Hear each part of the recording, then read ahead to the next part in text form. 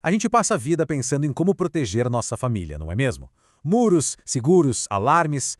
Mas e se a maior proteção não for algo que a gente possa comprar ou construir? É essa a ideia surpreendente por trás de O Escudo Invisível, do Victor Rojas. Hoje, vamos mergulhar numa forma de proteção que não é feita de tijolos, mas de ações. Uma jornada que começa agora. Essa citação é... Uau! Ela tá bem no coração do livro e basicamente vira de cabeça para baixo tudo o que a gente pensa sobre segurança. A ideia de que a verdadeira proteção não vem das defesas que a gente levanta, mas sim do bem que a gente espalha. É uma inversão total da nossa lógica. E é essa ideia que nos leva direto para a nossa primeira parte. Muros contra a luz. É aqui que a gente começa a explorar esse dilema moderno de buscar segurança num mundo que parece cada vez mais incerto. O livro já começa com essa pergunta que é fundamental. Uma pergunta que ecoa a fundo hoje em dia, né? Com tanta instabilidade, como a gente pode garantir a segurança de quem a gente ama? Será que estamos mesmo protegidos? E olha só que interessante esse contraste. De um lado está tudo aquilo que é palpável, que a gente constrói para se sentir seguro. Do outro estão as ameaças que realmente tiram a nossa paz. Aquelas que nenhum alarme no mundo consegue detectar. O livro argumenta que talvez a gente esteja focando na batalha errada. É exatamente aqui que a obra traz a sua grande resposta para esse dilema. A gente entra agora na segunda parte, que vai nos apresentar o conceito central do livro, o tal do escudo invisível. Então, o que é, afinal, esse escudo invisível? O ponto-chave é o seguinte: não é algo que a gente ganha, que vem de fora como um presente. Pelo contrário, é uma força ativa, uma energia que nós mesmos geramos, de dentro para fora.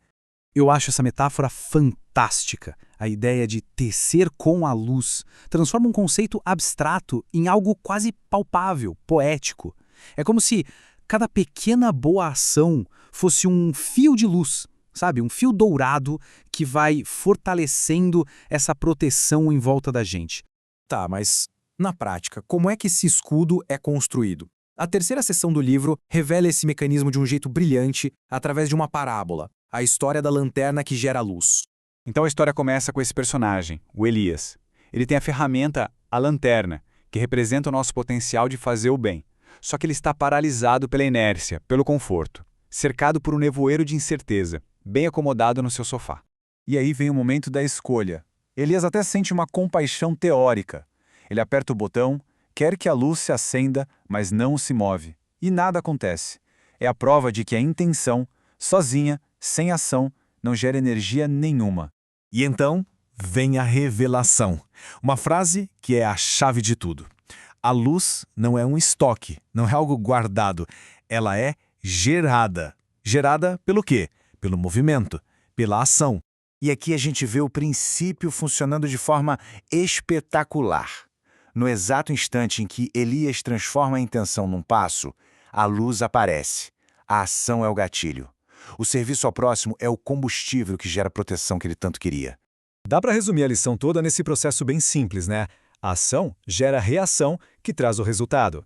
A atitude de ajudar acende a luz.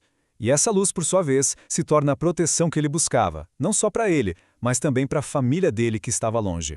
Agora, a gente vai ampliar um pouco esse conceito da parábola. A quarta seção explora as leis espirituais que estão em jogo. O livro chama isso de a lei do retorno, que seria a ciência por trás de toda essa proteção.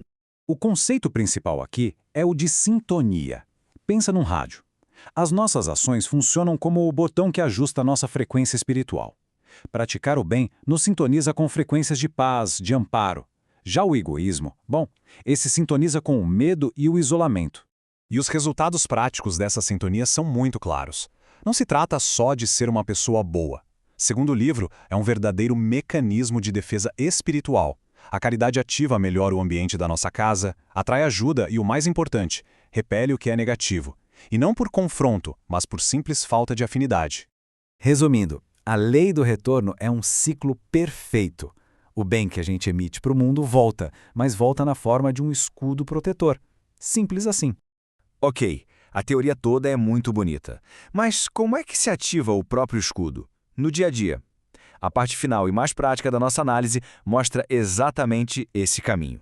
Antes de mais nada, o alerta mais importante do livro. Assim como Elias lá no sofá, a inércia, O ficar parado é o que impede a luz de se acender. Não adianta só acreditar, só ter a boa intenção. O escudo precisa ser ativado. E o livro propõe este exercício simples, em 3 passos.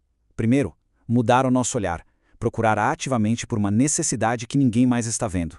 Segundo, e este é o mais importante, fazer alguma coisa. Transformar o sentimento em movimento. E terceiro, registrar o efeito disso na alma. Sabe aquele calorzinho bom que a gente sente no final do dia depois de ajudar alguém? Pois é, aquilo é o escudo se fortalecendo.